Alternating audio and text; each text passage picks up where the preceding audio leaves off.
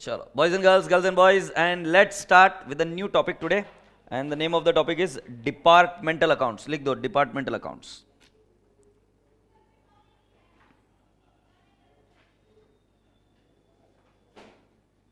Departmental accounts. Departmental accounts, इस topic को लिखो. इस टॉपिक के बारे में एक मेजर कंफ्यूजन है बच्चों को, और वो कंफ्यूजन ऐसा है कि ये टॉपिक इजी है. अब ये इजी कब लगता है मैं आपको बताऊं कि जब आप उस लेवल की प्रॉब्लम नहीं करते हो जिस लेवल की प्रॉब्लम ये टॉपिक डिमांड करता है, तो टॉपिक इजी लगता है. But you have to take my words and mark my words, this topic is not easy, this topic is tough. Agreed. और इसका सबूत बता देता हूं मैं तुमको. इस टॉपिक पर 16 मार्क्स के 2 बार क्वेश्चन आ चुके हैं, और दोनों बार यही क्वेश्चन रिस्पॉन्सिबल थे उस पेपर की बैंड बजाने के लिए. मैं न्यू सिलेबस की बात नहीं कर रहा हूं, ओल्ड सिलेबस में आए हुए. न्यू सिलेबस में अभी ये टॉपिक अपना जलवा दिखाना बाकी है. तो 16 मार्क का क्वेश्चन आ गया था. लोगों ने और बाकी एक टॉपिक ब्रांच में छोड़ के, ऑप्शन में छोड़ के गए थे. डिपार्टमेंट बोला कि परफेक्ट आता है अपने को, तो उन बच्चों के लिए, बेचारों के लिए 32 मार्क ऑटोमेटिकली ऑप्शन में छूट गए थे. और 32 मार्क प्रैक्टिकल सब्जेक्ट में ऑप्शन में छूट जाने के बाद में बैंड बजी जाती है. तो इस टॉपिक को एक वो चीज़ ना करें कि ये टॉपिक इजी है, ये गलत फहमी है. ये टॉपिक इजी नहीं है, मतलब माँ कसम मज़ा आता है ऐसा टॉपिक है. ठीक है, तो लेट्स स्टार्ट. अब डिपार्टमेंट अकाउंट क्या होता है पहले मैं थोड़ा सा ब्रीफ में बता दूं, and then immediately will start with the problem. ये देखो, एक फ्लोर के ऊपर आप अलग अलग डिपार्टमेंट थ्रू काम करते हो. जैसे फॉर एग्जांपल आपका क्लोथिंग डिपार्टमेंट होगा, ओके. उसके बाद में आपका मे बी टेलरिंग शॉप होगा. ये क्लोथिंग मतलब शर्टिंग शूटिंग. और फिर इधर क्या होगा कि आपके पास मे बी यू नो वो क्या कहते हैं उसको, रेडीमेड. और मे बी इधर एक्सेसरीज का डिपार्टमेंट होगा. अब ये पता करना कि कौन सा डिपार्टमेंट कैसे परफॉर्म करना है, इसके लिए डिपार्टमेंटल अकाउंटिंग है. बट ध्यान रहे, डिपार्टमेंटल अकाउंटिंग कहीं पर भी कंपलसरी नहीं है. Departmental accounting is not compulsory anywhere. It is only compulsory for insurance company.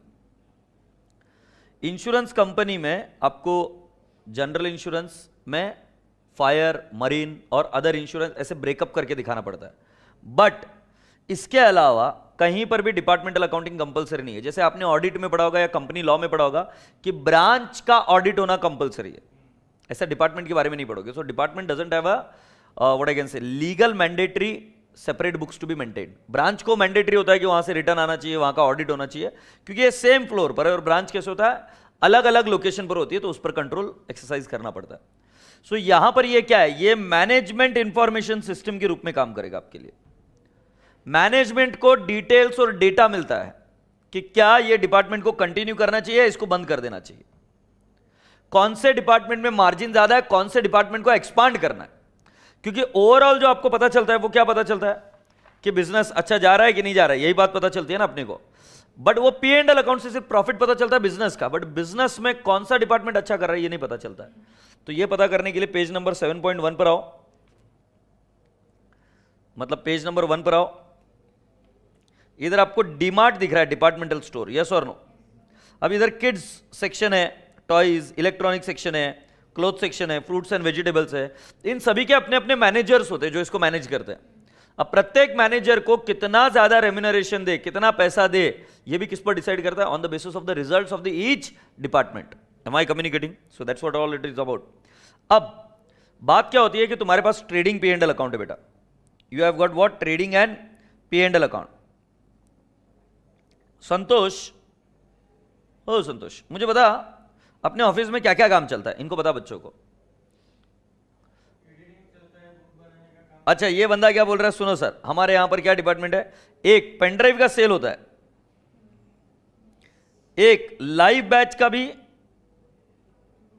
Books और ये बाकी सभी चीजें. थर्ड, बुक सेल होते हैं. हाँ नहीं, सभी चीजें एक ही जगह पे है. एग्रीड. अगर मान लो कल को मैं ये भी चालू करूं, अदर फैकल्टीज की पेनड्राइव रखूं इधर, एग्रीड. सपोज मान लो मैं ऐसा करूं, कर नहीं रहा हूं, ओके, हाँ हाँ खाली पुकट गांव भर ढिंडोरा मत पीट दियो, कुछ नहीं कर रहा मैं सिर्फ समझा रहा हूं।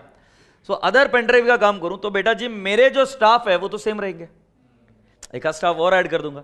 अब ऐसा थोड़ी ना बोलूंगा कि अदर फैकल्टी के पेनड्राइव के लिए एक स्टाफ है, इसके लिए एक है, इसके लिए एक है, नहीं। तुम देखते हो संतोष हर जगह पे काम करता है, तो ये संतोष है, इस संतोष तू मेरे लिए काम क्यों करता है? बस पूछ रहा हूं क्यों करता है, पूछ रहा हूं बस ऐसे ही। किसके लिए काम करता है? सैलरी के लिए, प्यार के लिए नहीं ना? हाँ गुड। तो तुम सैलरी के लिए जब काम करते हो तो ये सैलरी आपको चारों में बांटनी पड़ेगी। It is called as apportionment of the expenditure on the basis of some ratio which you have already studied in overheads. So वही चीज सिखानी है मुझे डिपार्टमेंटल अकाउंट में कि आपको एक्सपेंडिचर दिए जाएंगे, उनको कैसे बांटना, डिपार्टमेंटल अकाउंटिंग यहां से शुरू होता है ऐसे। क्योंकि आपके पास एक्सपेंडिचर एक ही रहेगा, जैसे सैलरी। अब जैसे ये मेरा ऑफिस है मान लो, तो इस ऑफिस के यहां पर जितना भी इलेक्ट्रिसिटी एक्सपेंस वो एक ही है, बट इसको बांटना पड़ेगा मुझे 3 चीजों में। जैसे वो क्लीनिंग है, सारी चीजें, वो एक्सपेंस एक ही है बट वो बांटना पड़ेगा। Are you getting my point? So there are some ways to distribute those expenses, and we are going to distribute those expenses and we'll get what? Departmental profit and loss. Am I communicating? So boys and girls, page number 1 के ऊपर ही आपको यहां पर wording क्या है? allocation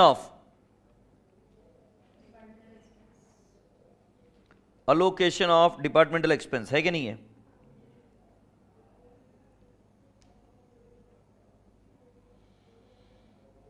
सो allocation का मतलब क्या बेटा? एक्चुअली इनकर्ड नहीं है, बट ये बांटना कैसे है? Allocation is distribution, apportionment. Yes और नो?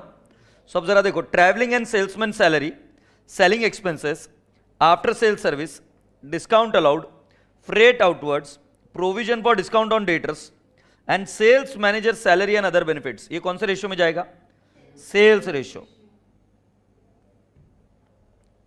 ये सेल्स रेशियो में जाएगा। यस और नो? आगे, rent rates and taxes, air conditioning expenses, heating, ये कौन से बेसिस पर जाएगा? Floor area occupied. एग्रीड? तो सेल्स से जुड़ा हुआ sales of each department, rent rates और ये सारी चीजें कौन से बेसिस पर? कितना एरिया ऑक्यूपाई किया है उस डिपार्टमेंट ने। आगे क्या है? Lighting, light points, insurance on stock, average stock, insurance on building, area of each department, insurance, value of plant and machinery, insurance on plant and machinery. Yes or no? Group insurance premium, direct wages, power, hours worked into horsepower, depreciation, value of asset in each department, repairs and renewals, value of asset in each department. ये दोनों चीजें। Canteen expenses, understand, not on the basis of wages, on the basis of number of employees. क्योंकि एक manager भी उतना ही खाना खाता है और एक वर्कर लेबर भी उतना ही खाना खाएगा। सो नंबर के बेसिस पर, not on the basis of wages और सैलरी। मैनेजर की सैलरी रहेगी 1 लाख और एक वर्कर की सैलरी रहेगी 10,000, तो कैंटीन एक्सपेंस ऐसे नहीं बांटने का 100:1। खाना तो दोनों सेम ही खाएंगे ना, इसके लिए number of employees. Workman compensation insurance, number of employees, and labour welfare expenses, again it is on the basis of number of employees. क्योंकि वेलफेयर भी सैलरी के बेसिस पर वेलफेयर एक्सपेंस नहीं होता है, it is incurred on the basis of the number of the people. आगे, work manager salary, time spent in each department, carriage inward, purchases and expenses directly related to particular department, charge to respective department. अब आप सोच रहे होंगे इतना fast क्यों पढ़ा? इतना फास्ट ही पढ़ने का घर पर भी, क्योंकि आगे जाकर आपको पता चलेगा क्वेश्चन में कि ये जो भी कुछ पढ़ा है उसमें से बहुत छोटी सी चीज काम आती है, क्योंकि एग्जामिनर खुद ही बताता है कि कैसे बांटना है। एक्सपेंस कैसे बांटना है वो एग्जामिनर ही बताएगा, इनकम कैसे बांटना है एग्जामिनर ही बताएगा। यस और नो? और बाकी की चीजें आपको ओवरहेड से पता चल जाएगी। Agreed? So boys and girls, you are all requested to come down to the question number 1, Robin Hood Pandey.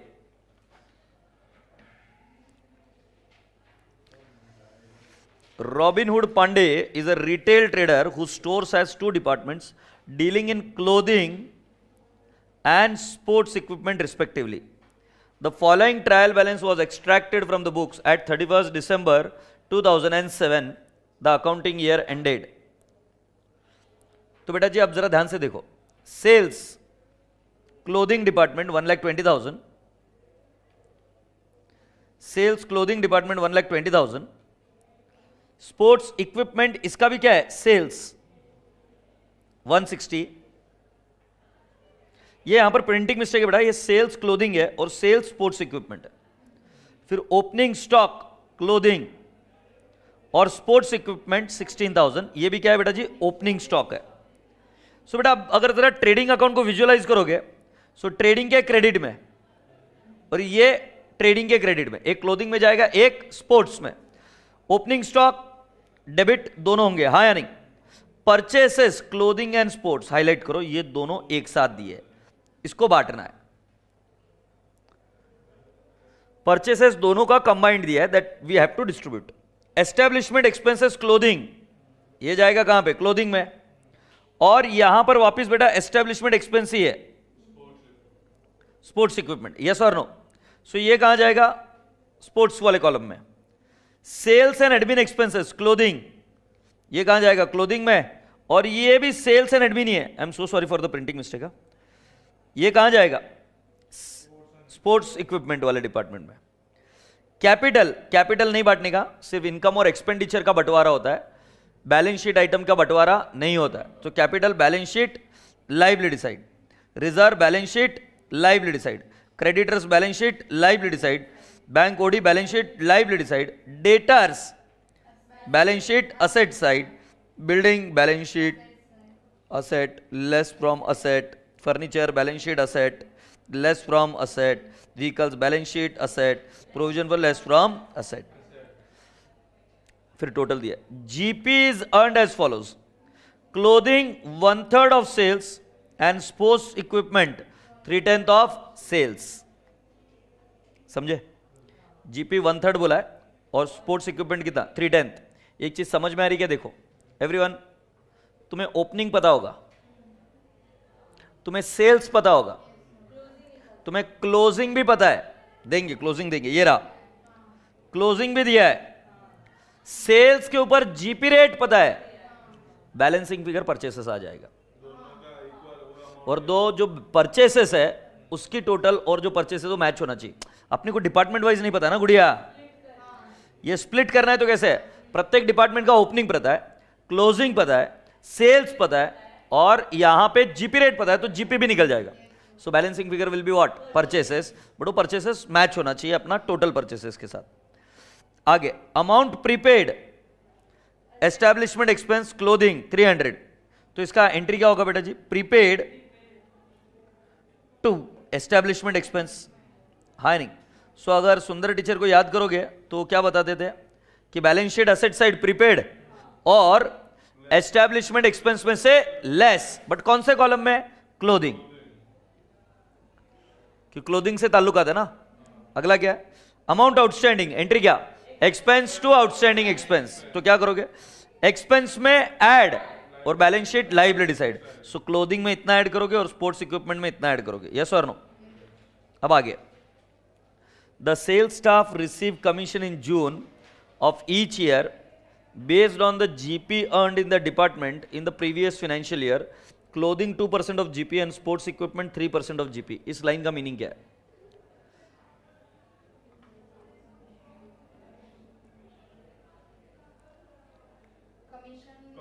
Commission देंगे, मतलब जो करंट ईयर का फिनेंशियल है उसका जो जीपी है उसके बेसिस पर कमीशन दिया जाएगा अगले साल, एग्रीड। तो इस बार आपकी एंट्री क्या करनी पड़ेगी, कमीशन टू आउटस्टैंडिंग कमीशन। ये बोलने का स्टाइल है कि हर साल हम जो जीपी निकालते हैं उस जीपी का एक पर्टिकुलर परसेंटेज कमीशन देना पड़ता है, तो जाहिर सी बात है जून में देंगे वो कमीशन। सो करंट ईयर में तो आउटस्टैंडिंग ही होगा ना, सो अपनी एंट्री क्या होगी, commission to outstanding expense commission, और outstanding commission will go and hit in the balance sheet liability side और commission will hit the P and L account. Go ahead. अच्छा, जीपी पर भी निकाला तो भी वो कहां पे हिट करेगा, P and L accounting. In June 2007 additional furniture was acquired at a cost of 4,000 and was debited to purchases. ये तो गड़बड़ हो गई, परचेसेस मतलब ऊपर वाला ही जो दिया हुआ है कितना, 1,92,000, वो वाला परचेसेस है। तो इसकी रेक्टिफिकेशन एंट्री क्या होगी, परचेसेस में से लेस होगा, बराबर है, और फर्नीचर में ऐड, तो बेटा एंट्री होगी इसकी फर्नीचर टू परचेसेस। बेटा अब तू बोल रहा कौन से परचेसेस, मतलब जो टोटल परचेसेस है वो स्प्लिट कर कर कैसे करूंगा मैं, टोटल परचेसेस है वो। सो बेटा जी कितना लिख दूं, 4000 और ये 4000 से यस। सो ये क्या होगा, फर्नीचर में ऐड और परचेसेस में से लेस। तो जो 1,92,000 का फिगर है गलत है, ये परचेसेस है नहीं, ये होना चाहिए 1,88,000। यस और नो, 192 में से कितना लेस किया, 4000। आगे बढ़ते हैं। Depreciation provided annually on fixed asset at the following percentage of the cost of the asset held at the relevant accounting year end: building 2%, furniture 10% and vehicle 20%। depreciation less होगी वहां से, और ये कहां हिट करेगा, P and L account. But P and L account तो अपना columnar format है, तो उसको कैसे बांटना, तो adjustment G is connected to I. I में लिखा हुआ है कि आपको डेप्रिसिएशन कैसे बांटना है, बिल्डिंग का आधा आधा, फर्नीचर का 3:2 में और व्हीकल्स का 5:7 में। से यस और नो। आगे क्या लिखा है, in August 2007 a motor vehicle which had been bought in Jan 2003 at a cost of 6,000 was scrap. आगे क्या लिखा है, the firm did not receive anything for the scrap, I will help you out what we need to do about it. Is that okay? So ये वाला adjustment हम pending रखते हैं, आगे हम देखेंगे क्या करना है। अभी के लिए आपको क्या करना है, trading P and L account बनाना है कॉलमनर फॉर्मेट, और बैलेंस शीट बनाना है सिंगल फॉर्मेट, सिंगल कॉलम में, और उसको ये करना है। Trading P and L account you have to create for 1 complete page and balance sheet you have to create for half a page और से। So are you ready? So boys and girls be ready and let's create trading and P and L account.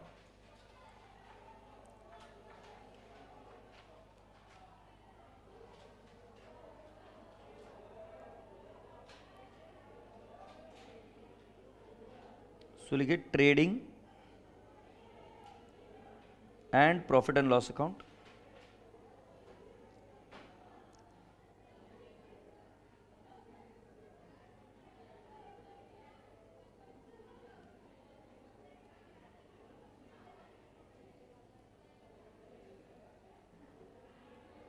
कौन कौन आएगा trading P and L account में, बताएंगे आप? Clothing और sports है ना, ओके। पहले क्लोथिंग लिखेंगे और फिर स्पोर्ट्स, क्लोथिंग और फिर sports.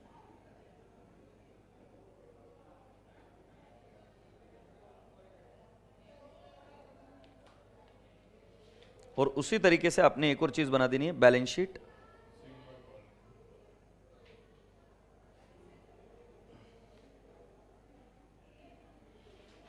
Balance sheet will be single column.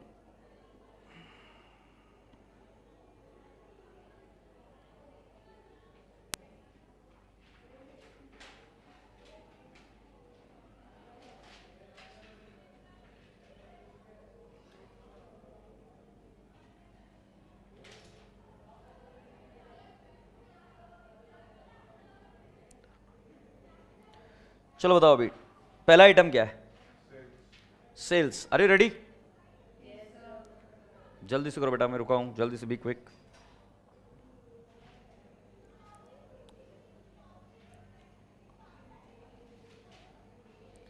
पहला आइटम लिखेंगे बाय सेल्स और लिखेंगे 1,20,000, 1,60,000, और फिर opening stock to opening stock and you are going to write down 10,000, 16,000। फिर आप लिखोगे टू परचेसेस, बेटा फिगर पता नहीं हमें, ये हम कैलकुलेट करेंगे, सही है। फिर बेटा जी एक काम कर दूं क्या, इधर क्लोजिंग स्टॉक लिख दूं क्या, बाय क्लोजिंग स्टॉक। ये तो दिया हुआ है, कितना क्लोजिंग स्टॉक दिया हुआ है बेटा, एडजस्टमेंट नंबर बी में 8,000, 14,000, ठीक है। एक एडजस्टमेंट बस मैं अभी सॉल्व करना चाहता हूं, उसके बाद में हम क्वेश्चन पढ़ते पढ़ते जाएंगे ताकि आपको क्लैरिटी आ जाए। वो सेल्स का जीपी रेट कितना दिया हुआ है, 2 GP, 1/3 ऑफ सेल्स है ना बेटा। सो 1,20,000 का 1/3 विल बी 40,000। सो ये आया 1/3 ऑफ 120। और दूसरे वाले का कितना बताया बेटा, 3/10 of 1,60,000 turns out to how much beta ji, 48,000। now boys and girls logically, don't you think so, my purchases should match with 1,88,000, which should be the balancing figure. बताओ मुझे क्लोथिंग का कितना आ रहा है?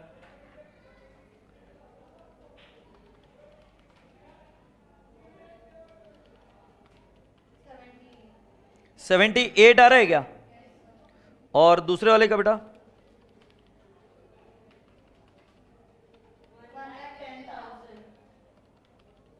$1,10,000. That's absolutely right. अब बेटा एक बार इनकी टोटल ले लो. 1,10,000 प्लस 78,000. 1,88,000 मैच हो रहा है क्या? यस.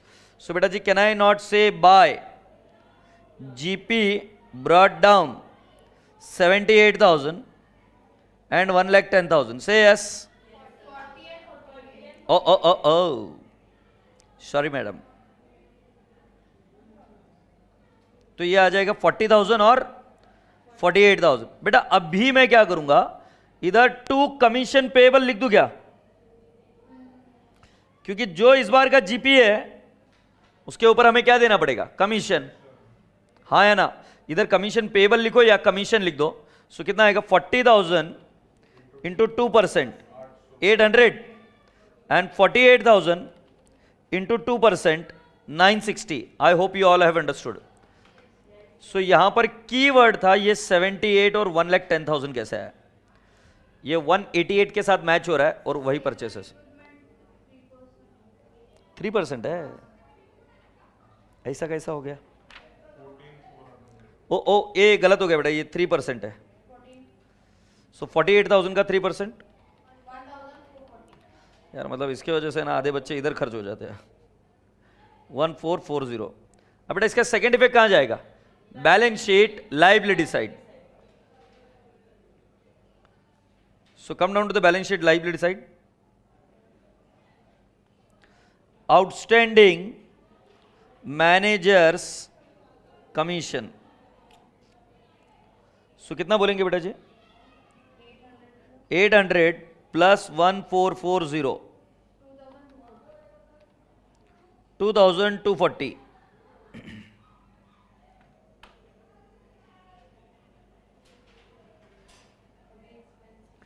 अभी अगर आप रेडी हो तो हम आगे बढ़े क्या? अब हम प्रॉब्लम को जैसे पढ़ते जा रहे हैं वैसे करते जाएंगे. परचेस का था तो मैंने पहले करवा दिया, बट अभी हम प्रॉब्लम को पढ़ते पढ़ते जाएंगे. टू एस्टैब्लिशमेंट एक्सपेंस बराबर है बेटा. इसके रिलेटेड कोई एडजस्टमेंट है क्या? देखो, establishment expense P and L account में आएगा.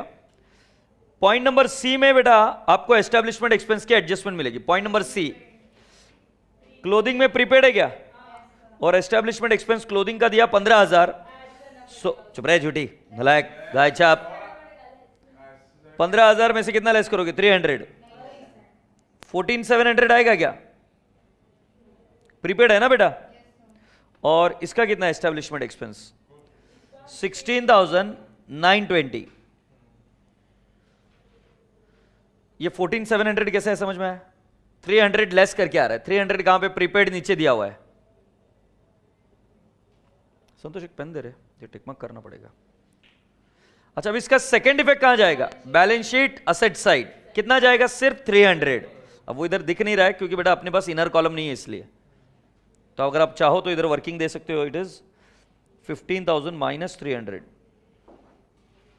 चलो इसका सेकंड इफेक्ट दे दो बेटा जी. बैलेंस शीट में prepaid establishment expense and it's absolutely right, 300.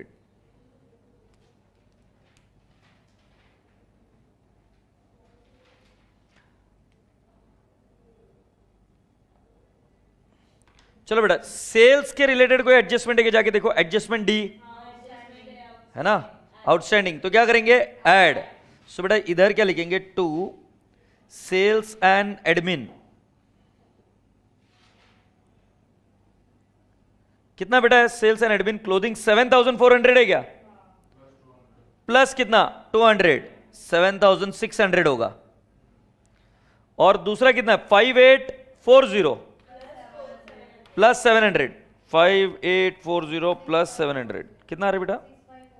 6540, absolutely right. Second effect कहां जाएगा बेटा?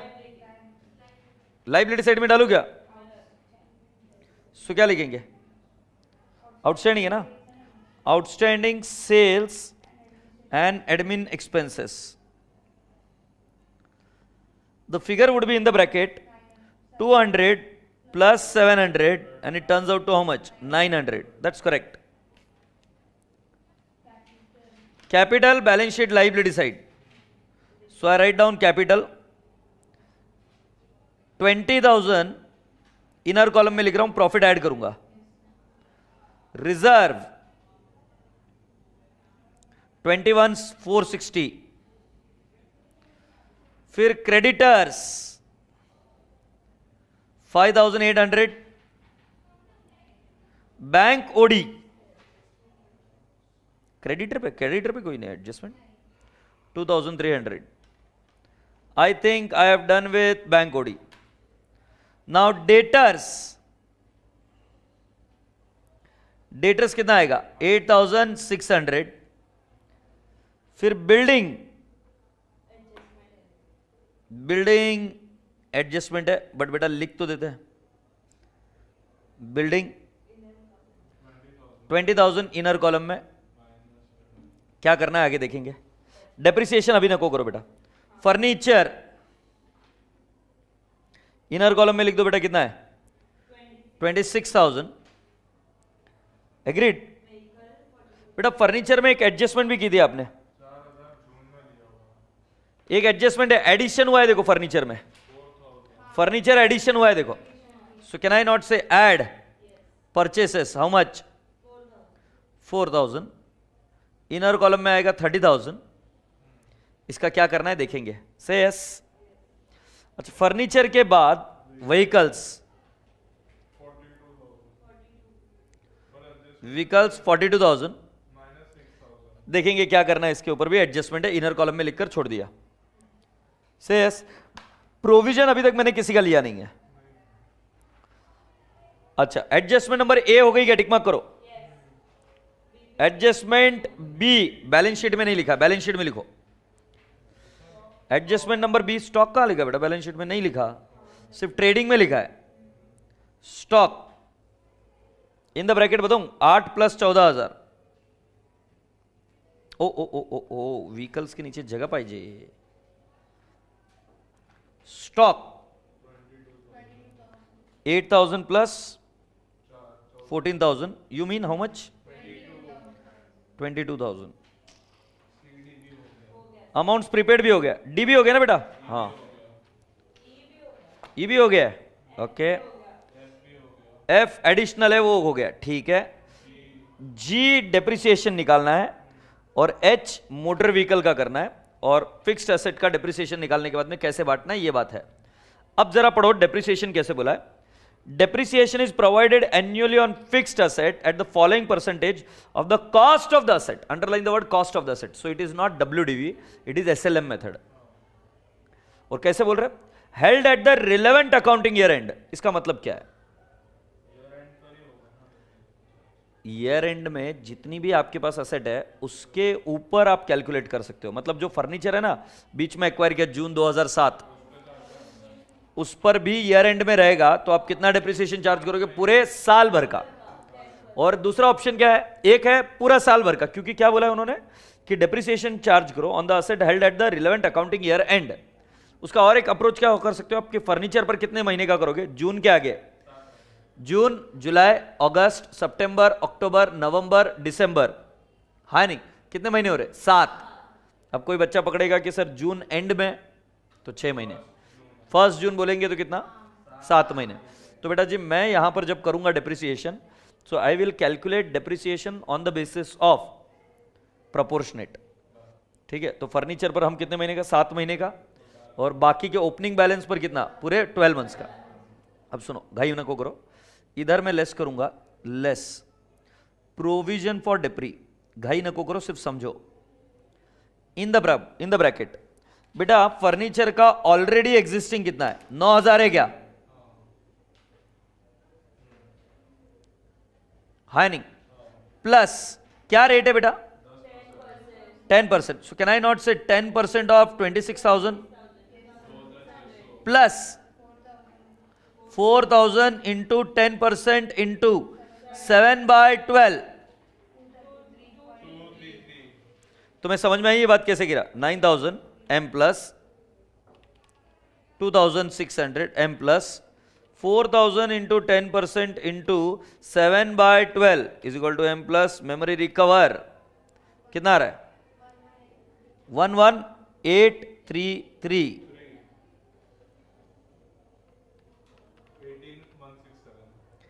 18,167. क्या ये बात समझ में आई सभी को? हैप्पी? अब ये बेटा वर्किंग नोट भी कर सकते थे. कैसे कर सकते थे working note? Depreciation for the current year.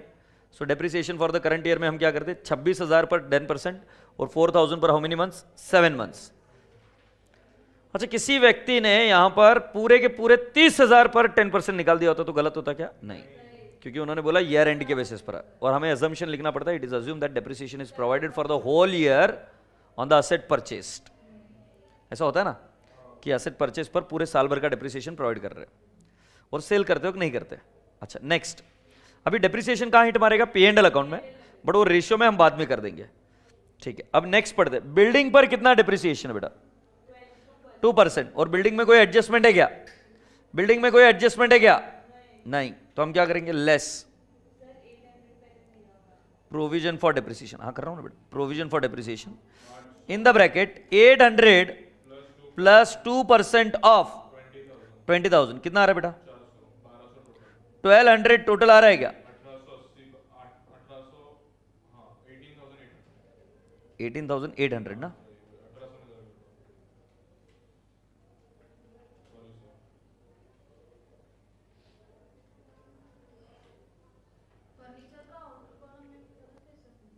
क्यों गलत आ रहा है?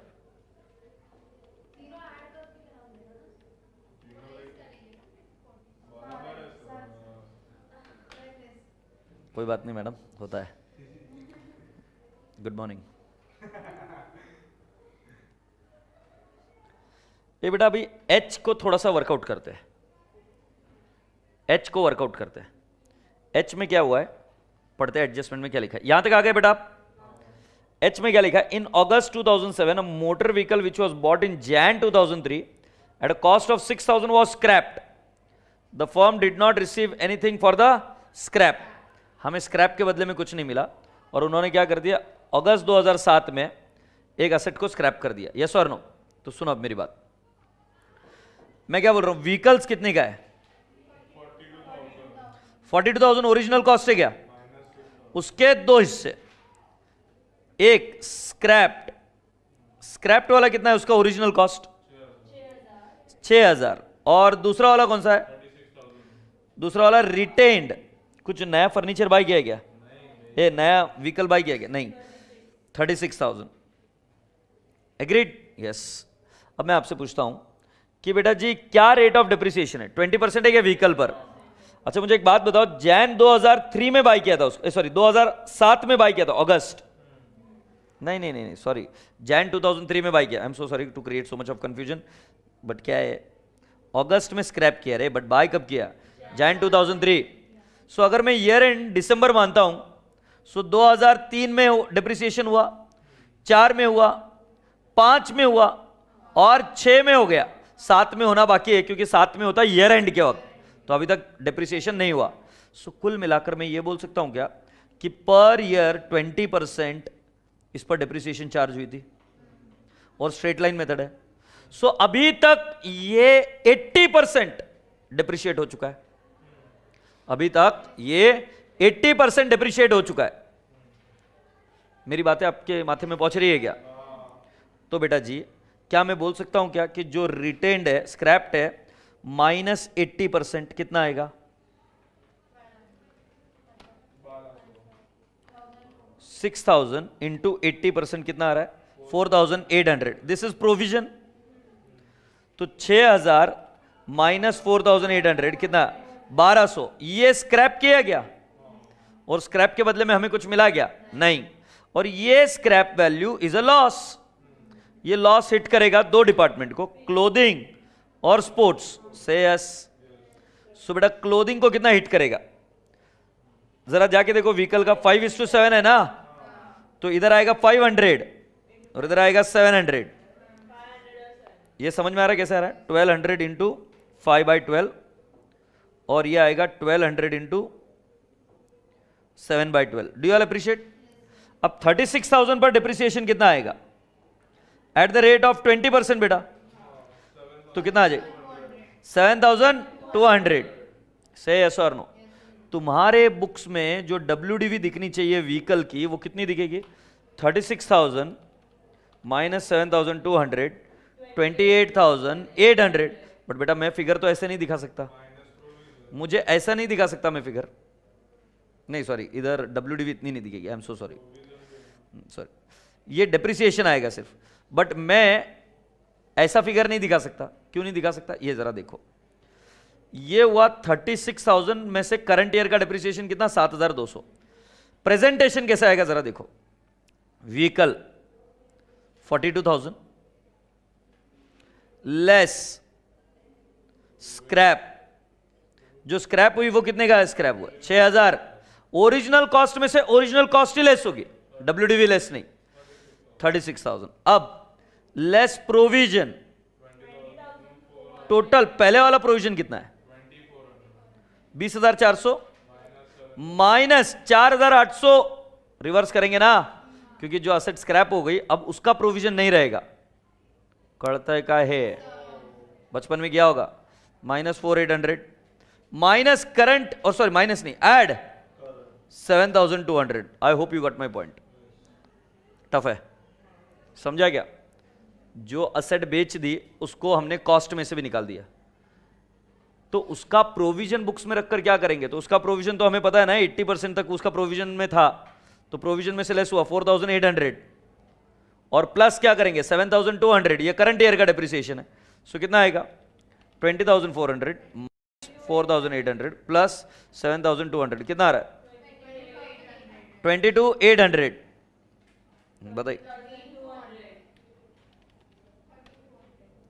13,200 ये हमारी एसेट की वैल्यू रहेगी। यस और नो? मुझे नहीं समझा, बताओ कैसे किया? 42,000 में से 6,000 क्यों लेस किया? स्क्रैप हो गया। दूसरा, फिर हमें प्रोविजन लेस करना है। सो प्रोविजन में ओपनिंग प्रोविजन है, उसमें से जो स्क्रैप हुआ उसका प्रोविजन माइनस किया और करंट ईयर का डिप्रिसिएशन ऐड किया, तो आपको क्लोजिंग प्रोविजन मिला, वो माइनस किए, तो हमको क्या मिल गया? WDV। तो अब यहां पर ये 7,200 दो डिपार्टमेंट में जाएगा। कौन से? क्लोथिंग और स्पोर्ट्स, 5:2 में। बता बेटा कितना है? 7,200 into 5/12, 3,000 and that's absolutely right. Please कर लो इसको।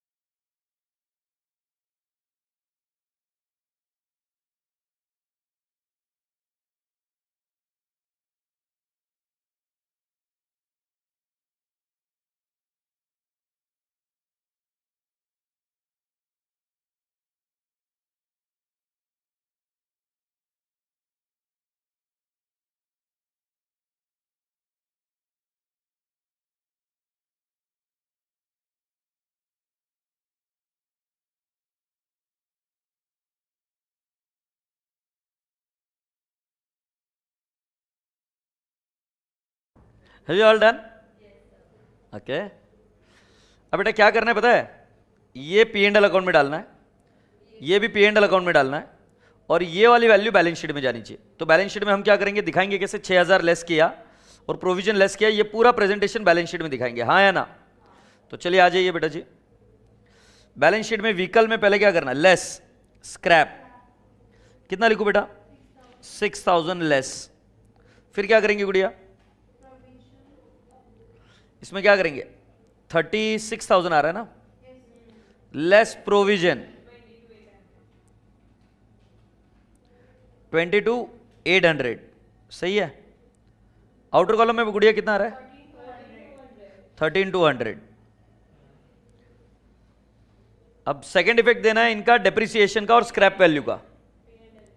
सो पी एंड एल अकाउंट में आ जाओ, इधर लिखो 2 स्क्रैप ऑफ व्हीकल, जितना लॉस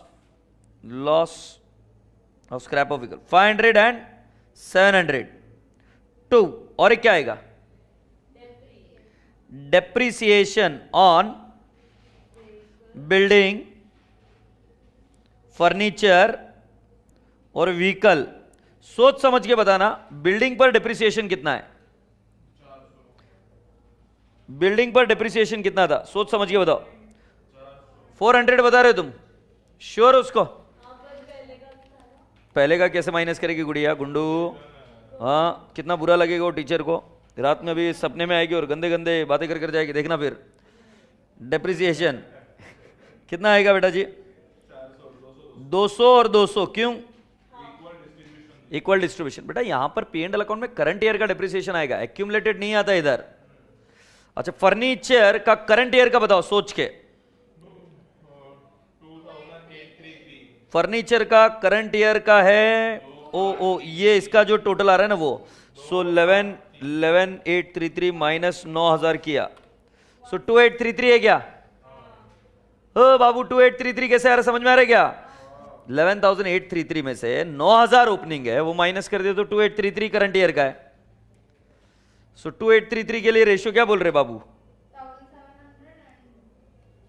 मैं पूछ रहा हूं रेशियो क्या बोल रहे, तू क्या बोल रही? 30:2 डिवाइड बाय 5 इंटू 3, सो ये बराबर बोली छोरी 1700, 1133। और व्हीकल का डिप्रिसिएशन कितना है बेटा, कितना गुड़िया? 7,200 है डिप्रिसिएशन करंट ईयर का। अच्छा, 3,000 and 4,200, 3,000 and 4,200। Okay, so have we done all the adjustments? पहले सारी एडजस्टमेंट कर ली क्या, देख लीजिए।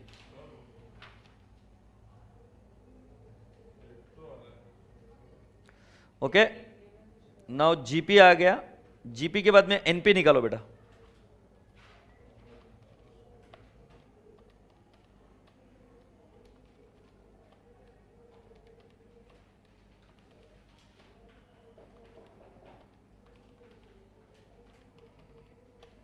$11,500 आ रहा है क्या?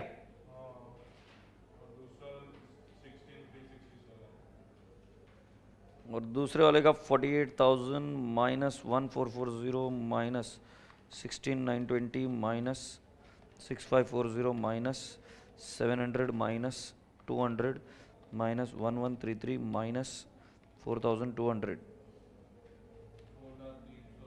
16,867। ये मैच हो रहा है क्या, देखो बेटा? 16,867 मैच हो रहा है क्या गुड़िया?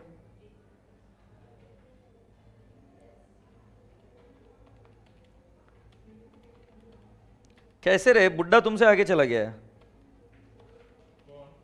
मैं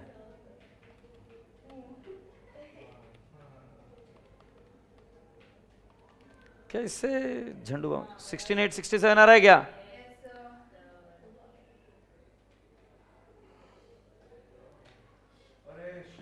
अब 16,867 को कहां लेकर जाएंगे?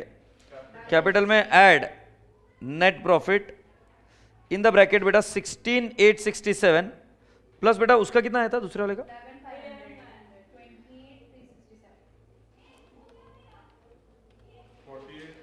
28,367 and then I take 48,367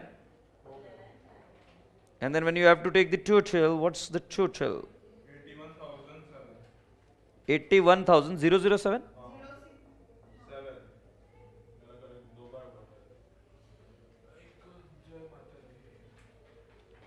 18,800 plus 300 plus 8,600 plus 18,167 plus 13,200 plus 22,000 81,067 ये 6 आना चाहिए.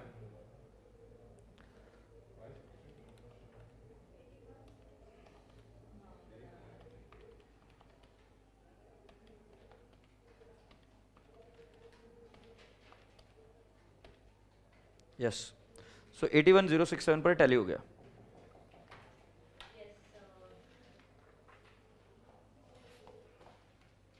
बहुत गंदा लिखा बेटा, और थोड़ा गंदा लिख, फिर कुछ समझ में नहीं आएगा. तो फिर वो ऐसे ही बोलेगी क्या व्हीकल का थोड़ा गलत होगा. अच्छे से लिखना गुड़िया.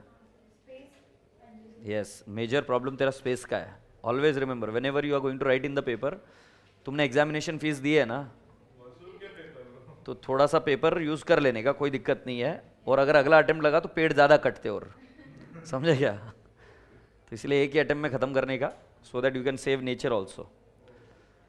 कम down to the question number 2. थोड़ा ये ज्यादा हो गया सर. हाय हाँ काफी काफी डीप हो गया सर.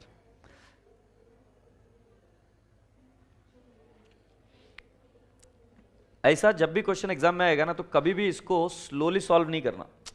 ये क्वेश्चन ऐसा है ना कि कब आपका टाइम कंज्यूम कर जाएगा आपको पता नहीं चलता. क्योंकि होता क्या है कि ये लगता है इजी है और करते रहते पेलते रहते and then it takes time. So you need to be really on your toes. Awareness ये जो चीज है ना, वो आ गई ना तो चीजें फास्ट होती है. अवेयरनेस नहीं आती बच्चों को एग्जाम में. You have to be on your toes. Write fast and I have to be perfect. I have need to be accurate. ये कंटिन्यूअसली दिमाग में भजन चलना चाहिए. मतलब writing fast doesn't mean that you can create mistake. You have to think fast and you can not commit mistake. You need to be like F1 driver. एक truck driver होता है और एक F1 ड्राइवर होता है. तो जो formula 1 का ड्राइवर होता है वो भी ड्राइवर ही रहता है, but he earns in crores and lakhs of rupees. So you need to be fast without mistake. Always remember that. और मिस्टेक किया ना तो क्या होता है पता है ना F1 ड्राइवर का? नहीं डेथ क्यों रहे, ऐसी गंदी बातें नहीं करने की. डेथ नहीं, बट बोल रहा हूं कि गलती हो गई तो क्या हो जाता है. तुम गलती नहीं करोगे, अपने यहाँ पे कुछ नहीं रहे. Next attempt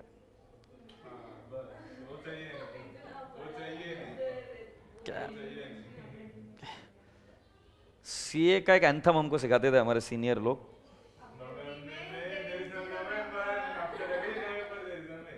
fight never surrender, after में देर इज नवंबर. फिर where there is a will there is a way, after में देर इज नवंबर. गुड.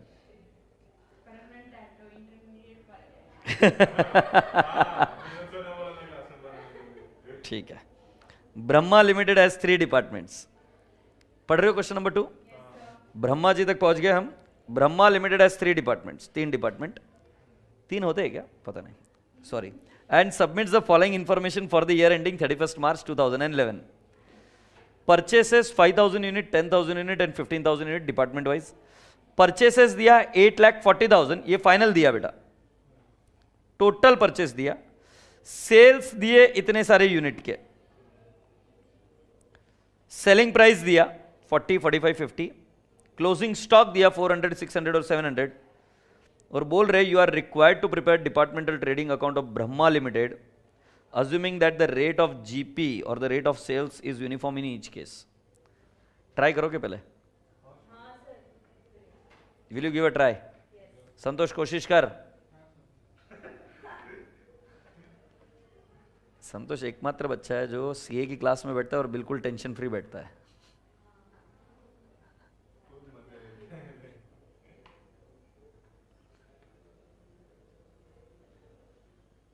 ये क्वेश्चन भी ऐसा है कि जो इजी लगता है, सॉल्व करने के बाद में पता चल रहा है अटक गए. ट्राई करो और फिर हम आगे जाएंगे.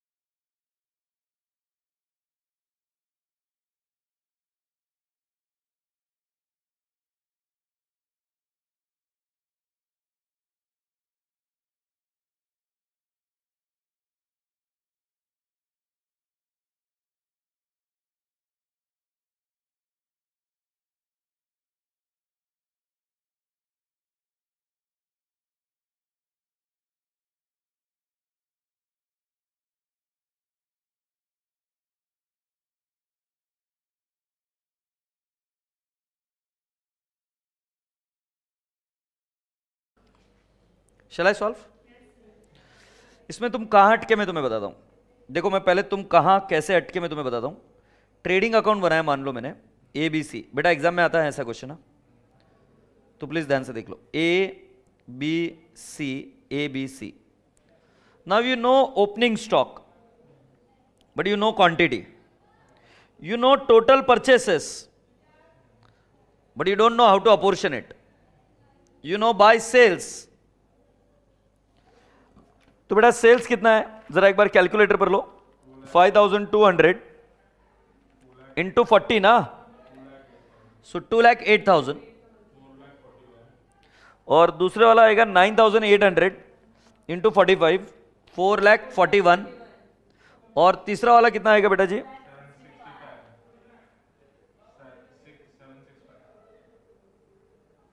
सेल्स कितना 15,300 इंटू 50 कितना आएगा 7,65,000। This is the actual sale. Now you also know the closing stock but you know the quantity, closing stock quantity है। और अब तुमको यहां पर यह पता है कि इन सभी के ऊपर जो रेट लगने वाली वो सेम है, पर वो रेट क्या है वो पता नहीं। अगर मान लो तुमको रेट पता चल गई, जीपी रेट, तो तुम्हें सेलिंग प्राइस पता है क्या प्रत्येक यूनिट की? प्रत्येक यूनिट की सेलिंग प्राइस में से जीपी रेट माइनस कर दिया तो परचेस प्राइस मिल जाएगी क्या? सभी की क्वांटिटी पता है और परचेस प्राइस से मल्टीप्लाई कर देंगे तो ओपनिंग मिल जाएगा, परचेस मिल जाएगा, क्लोजिंग स्टॉक मिल जाएगा। Can I repeat? GP rate मिला तो सेल प्राइस में से जीपी रेट माइनस करते कॉस्ट मिल जाएगी, और कॉस्ट को हम यूज कर सकते हैं ओपनिंग स्टॉक के लिए, परचेसेस के लिए और किसके लिए? Closing stock. तब वो मिलेगी कैसे? तो यहां तक तो आपके दिमाग में मैं डालने में कामयाब रहा, ठीक है। आपने यहां तक तो लिखा होगा, लिखा है ना? तो सुनते हैं अभी। मैं एक अज्यूम करूंगा, क्या हो रही है? ओपनिंग स्टॉक का क्लू क्या है?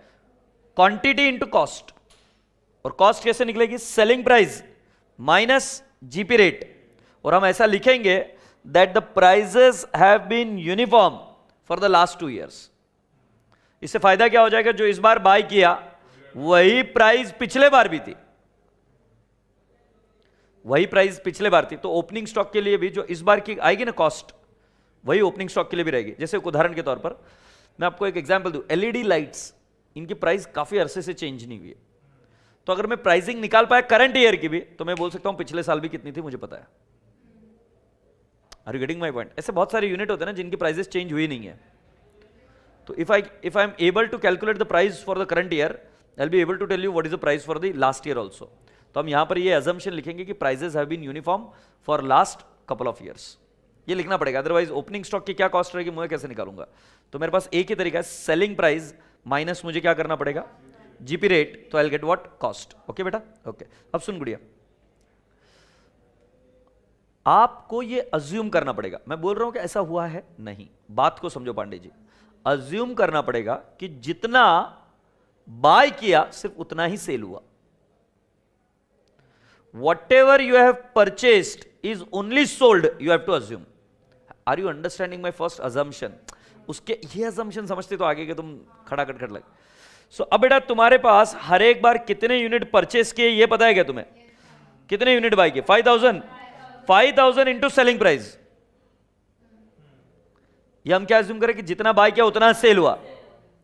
तो ऐसा में purchase into selling price, purchase into selling price, purchase quantity into selling price, वैसे मुझे जितना बाय किया उसकी सेलिंग प्राइस मिल जाएगी क्या? और क्या मुझे उसकी कॉस्ट भी पता है क्या? परचेसेस करंट ईयर की टोटल 840 माइनस किया मुझे जीपी मिल जाएगा, and then I will compare this with the total sales and I will get the GP rate. उन्होंने बोला जीपी तीनों केस में कांस्टेंट है। Read this line, the GP rate is uniform in all the 3 cases, बोला है ना। सो तुम्हें exam में ट्रिक कैसा है? जो दिया हुआ है उसका करस्पॉन्डिंग सेल्स फिगर निकालो। जैसे परचेस तुम्हें दिया 840, तो परचेसेस का सेल्स फिगर निकालो। जैसे for example I will write down, assuming all, लिखना शुरू करिए, ऑल परचेज गुड्स और all purchase units are sold, all purchase units are sold. ये अज्यूमिंग है, एक्चुअली ऐसा नहीं हुआ, इसलिए देखो सेल मैंने वो नहीं लिखा, सेल तो जो एक्चुअली वही लिखा। अबे हो नहीं। अब मैं आपसे पूछता हूं कौन सा है, A B C, can I not say 5000 into 40, और दूसरे वाले का क्या लिखूंगा 10,000 इंटू 45 सेलिंग प्राइस, और दूसरा वाला क्या है 15,000 into 50। Now 5,000 into 40 is equal to 2 lakh. ये तो 4,50,000 है, 7,50,000 है क्या? Yes. Now if you take the total 2 4 6 6 14 lakh आ रहा है मेरा, तो 14 लाख ये टोटल मेरा सेल्स आ रहा है क्या? एग्रीड। ये सेल एक्चुअल सेल नहीं लिखना है, ये अज्यूम करें कि इतना सेल हुआ है, लेस करेंगे परचेसेस। कितना है बेटा परचेसेस? 8,40,000। तो तुम्हारा जीपी कितना आएगा इस केस में? 5,60,000। फिर मैंने क्या लिखा, GP rate is equal to 5,60,000 divide by 14 lakh into 100। तो जीपी रेट कितना आएगा?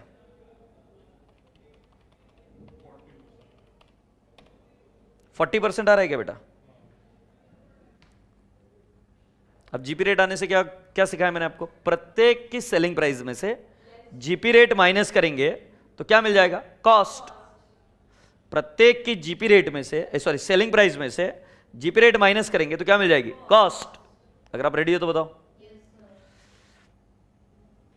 सो I will write down cost of goods. So हम लिखेंगे A B C.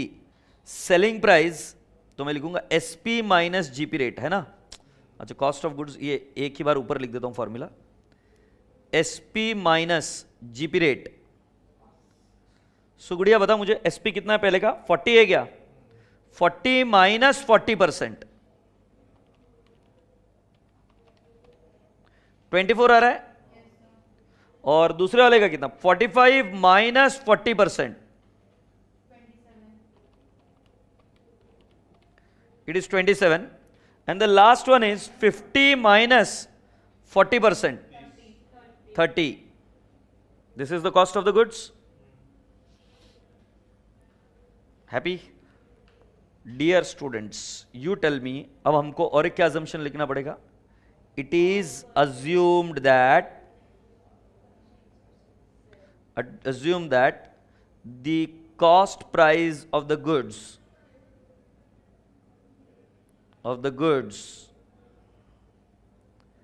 has not changed for last 2 years. मैं ऐसा क्यों लिख रहा हूं बेटा? क्योंकि हमारे स्टॉक किस पर वैल्यू होते हैं? कॉस्ट। अब परचेसेस ये रेट से किया होगा, ये मैं दावे के साथ बोल सकता हूं। क्लोजिंग स्टॉक भी मैं बोल सकता हूं कि इसी रेट पर रहेगा, क्योंकि मैंने अज्यूम किया FIFO जो ओपनिंग स्टॉक है वो बिक गया होगा, बट मैं ये नहीं बोल सकता कि ओपनिंग स्टॉक भी इसी रेट पर है। तो इसलिए मुझे बोलना पड़ेगा कि ओपनिंग स्टॉक के वक्त भी यही रेट थी। सही है सर? वैसे जीपी रेट इज सेम बोला तो ओपनिंग स्टॉक भी सेम रेट पर ही रहना चाहिए। सो बेटा जी, क्या अब मैं यहां पर आकर ओपनिंग स्टॉक निकाल सकता हूं क्या? कॉस्ट पता है बेटा तुम्हें, और ओपनिंग स्टॉक पता है क्या? ओपनिंग स्टॉक पता नहीं है, बट निकाल सकते हैं क्या आप? कैसे निकालोगे? कितने यूनिट सेल हुए? 5,200 प्लस 400 क्लोजिंग स्टॉक है, मतलब क्रेडिट साइड पता चला। 5,600 माइनस 5,000 तो कितना आएगा? 600। सो बेटा जी क्या मैं बोल सकता हूं 600 इंटू वॉट? 20। 600 इंटू 24, 14,400। एक सेकेंड, पूरी क्लास वापस एक बार देखो कैसा है 600। ट्रेडिंग का क्रेडिट साइड विजुअलाइज करो। तुम्हें सेल्स दिया हुआ है 5,200 यूनिट और 400 यूनिट दिया है क्लोजिंग स्टॉक, मतलब सेल्स प्लस क्लोजिंग स्टॉक कितना हुआ? 5,600। उसमें से करंट ईयर में बाय किया आपने 5,000, तो ओपनिंग कितना रहा? 600 यूनिट। अच्छा, दूसरा वाला कितना रहेगा? 9,800 प्लस 600 माइनस 10,000। बेटा मेरा तो, अच्छा मैंने कुछ गलत किया क्या? 9,800 प्लस 600 माइनस 10,000, 400 यूनिट आएंगे क्या? इंटू 27, और दूसरा वाला कितना आएगा बेटा 15,300 प्लस 700 माइनस 15,000, 1,000 यूनिट आ रहे क्या? 1,000 यूनिट इंटू 30 रुपए, यही बात बोल रहे हो?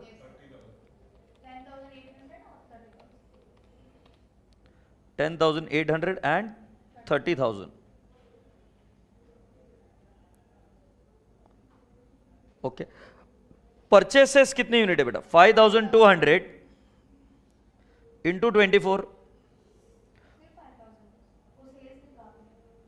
सॉरी गलती होगी, 5,000 इंटू 24 परचेस लेना पड़ेगा ना, और 10,000 इंटू 27 बराबर है ना, और 15,000 इंटू 30, और इधर भी लिख कर रख देता हूं अभी एक बार का। क्लोजिंग स्टॉक कितना है?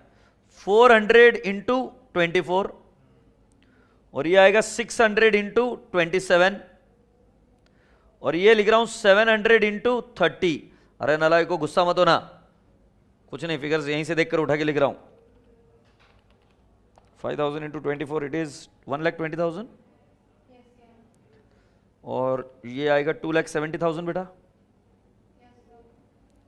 और ये 15,000 इंटू 30 4,50,000, और 400 into 24 is 9,600, 600 into 27 you mean 16,200 beta? Okay, and what about this 700 into 300? 21,000, sure. Okay, 21,000. Now with this GP मुझे निकालने की जरूरत नहीं, आप निकाल कर ले लो, मुझे तो ऐसे ही पता है। 83,200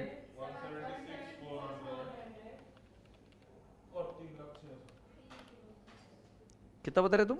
4,41,000 इंटू 0.4, 176,400,